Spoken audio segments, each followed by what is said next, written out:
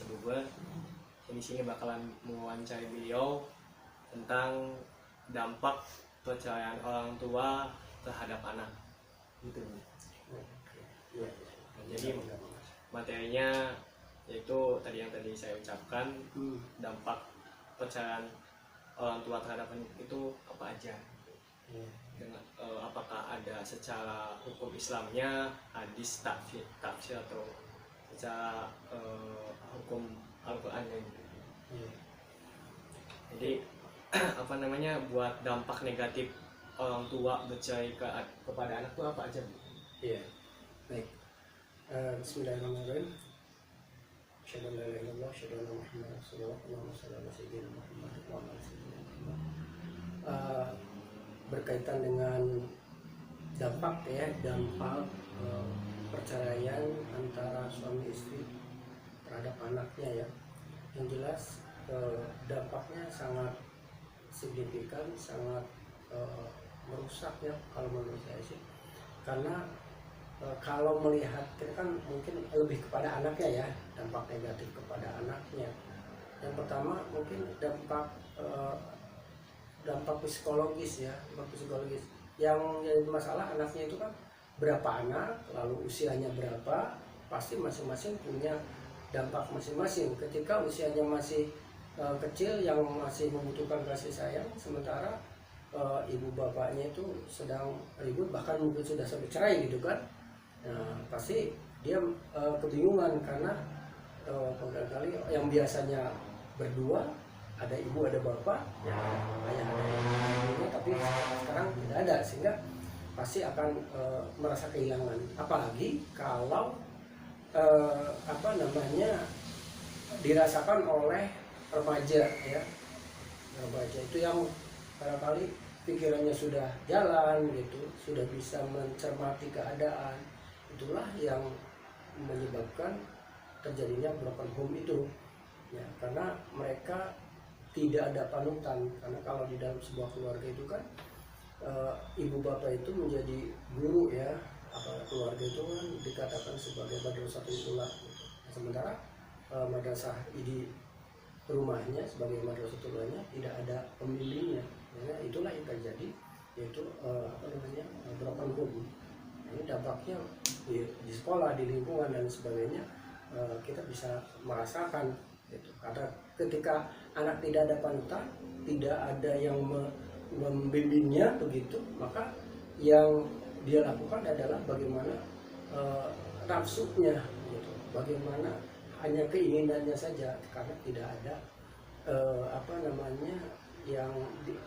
tidak ada yang mengawasi, tidak ada yang mengontrol, tidak ada yang membimbing.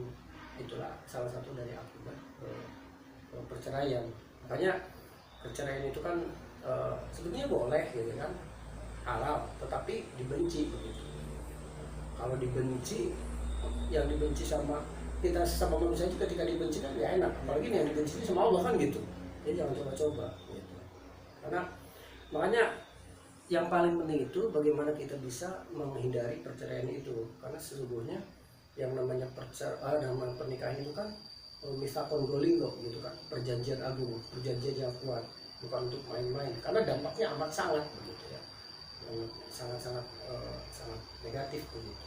Benar seperti itu. Kalau misalkan dampak yang paling besar setelah orang tua bercerai itu apa? Kayak misalkan anak itu bisa bunuh diri atau dan sebagainya gitu. Ya, yang kebetulan saya profesinya guru ya, saya melihat ternyata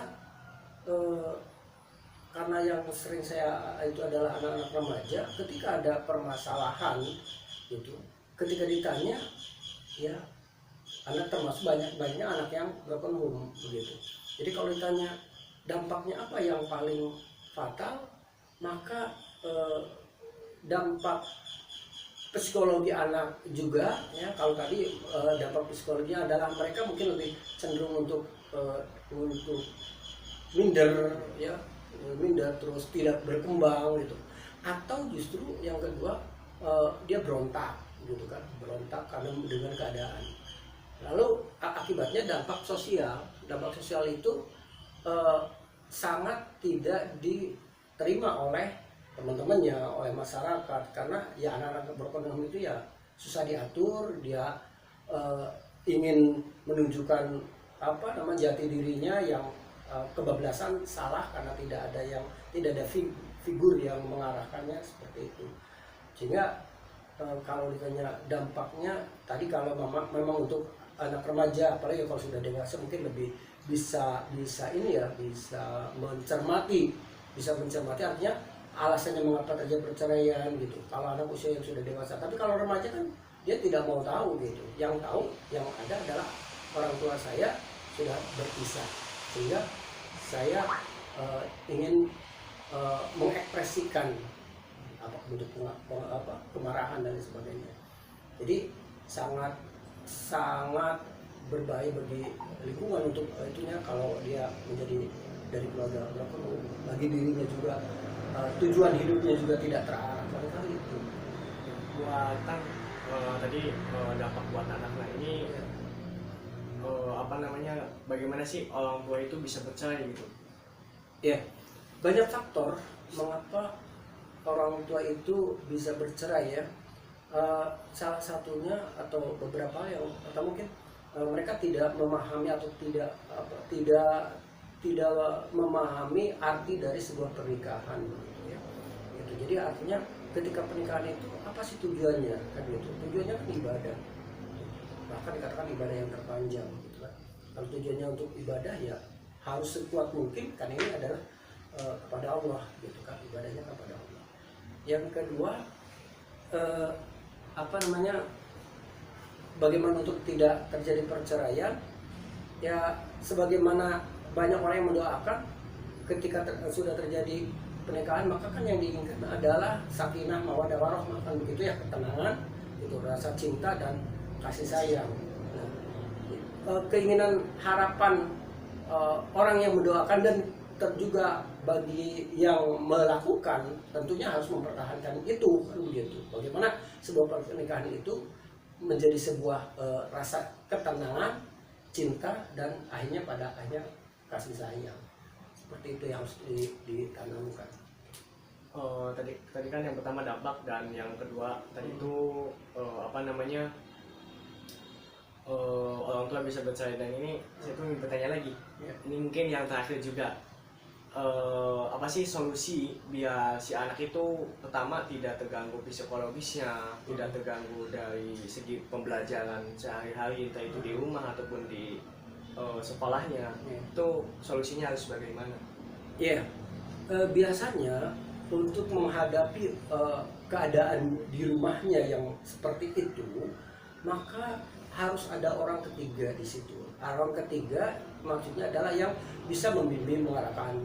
Yang terdekat mungkin siapanya gitu ya, saudaranya, bibinya, uangnya dan sebagainya, untuk mengarahkan, untuk memberikan pemahaman, pengertian mengapa orang tuanya seperti itu dan apa yang harus kamu lakukan gitu. Jadi karena kedua orang tuanya kan sudah susah untuk dijadikan contoh gitu ya, untuk teladan, maka ada orang ketiga, atau mungkin gurunya, mungkin dia bisa di sekolah bisa curhat dengan BP ya gitu kan, dan nanti bisa diberikan pengarahan, solusi supaya tidak salah jalan. Mungkin cukup sekian Di. Sebelumnya terima kasih atas waktu dan tempatnya juga, atas jamuannya juga. Sebelumnya kami itu dari mahasiswa Universitas Islam Bunga Bangsa Cirebon. Terima kasih sekali lagi atas waktu dan tempatnya. Iya, sama-sama. Mudah-mudahan kita bisa ketemu lagi. Amin. Suatu saat ya. Amin. Mungkin cukup sekian wawancara saya dengan Abi Arifin SAG dari Desa Bogor tentang tema dampak perceraian orang tua terhadap anak. Terima kasih. Wassalamualaikum warahmatullahi wabarakatuh.